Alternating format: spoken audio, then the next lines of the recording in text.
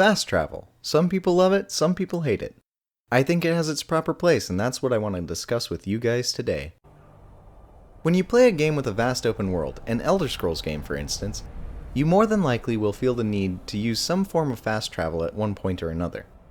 The argument many people find themselves having is, does fast travel take something away from the overall experience of the game? Well, if you ask me, I would say that depends on how you use fast travel and what forms of fast travel are available to you. For my purposes, I will be defining two different categories of fast travel, those being tangible fast travel and intangible fast travel. Intangible fast travel being the kind in which there's no concrete in-game explanation for how you got where you're going, simply being a mechanic of, you were there and now you're here, where you chose to be. And tangible fast travel being the kind in which a concrete in-game explanation exists, such as a carriage, a subway train, ship, or even a giant bug. Both systems have their pros and cons. In a game like The Elder Scrolls IV Oblivion, which relies on an intangible fast travel system, the player might be tempted to use this system to instantly teleport to any objective they happen to be told about, provided the objective is in or near one of the many locations the player can fast travel to by default, thus depriving them of experiencing the game world through exploration, which is arguably one of the most enjoyable aspects of the Elder Scrolls series. This system would be updated in The Elder Scrolls V Skyrim, forcing players to at least find any given location through exploration before being able to instantly fast travel to that point. And while that does go a long way towards helping curb the issues presented in Oblivion's system, it can still lead to a feeling of lessened immersion. And if that is the case, the question becomes, why use fast travel in the first place? Well, unfortunately, we as human beings experience time in a linear fashion, and someday we will die. Therefore, we have a finite amount of time to spend in any given game world or experience we choose to take part in.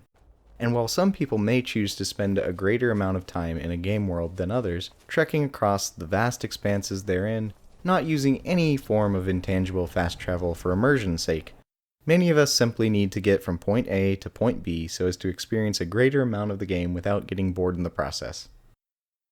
So if you do choose to overutilize an intangible fast travel system, I certainly couldn't blame you for doing so, especially if it's not your first experience with the game. All that being said, I personally favor tangible fast travel systems to some degree, as they accomplish a similar goal but in a much more believable way.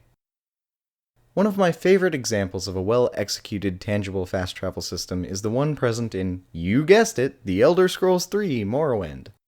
Morrowind, unlike later games in the series, did not have an intangible fast travel system. Instead, it had three interweaving tangible systems in the form of a network of ships which could ferry the player between coastal cities, which may or may not also have a mage's guild which can teleport the player to another of the guild's locations.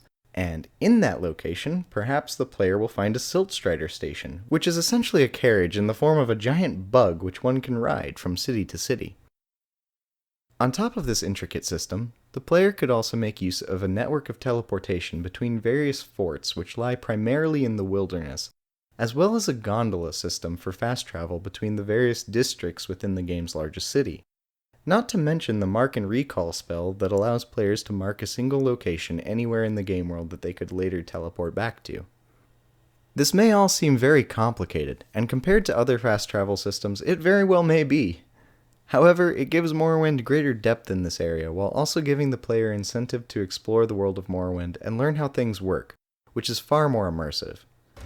Another fine example of a tangible fast travel system is Hollow Knight's Stagway, which allows the player to travel from station to station as they discover them on the back of a very charming beetle.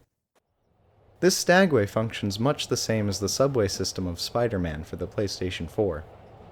It may be obvious to you at this point that the biggest drawback of a tangible fast travel system, as opposed to an intangible one, is that the player is required to be in a certain place to initiate fast travel, and this form of travel will only take the player to a location in the vicinity of their intended destination, rather than their specific destination itself. And while this is more believable, it may not satisfy the ultimate convenience that an intangible system has to offer.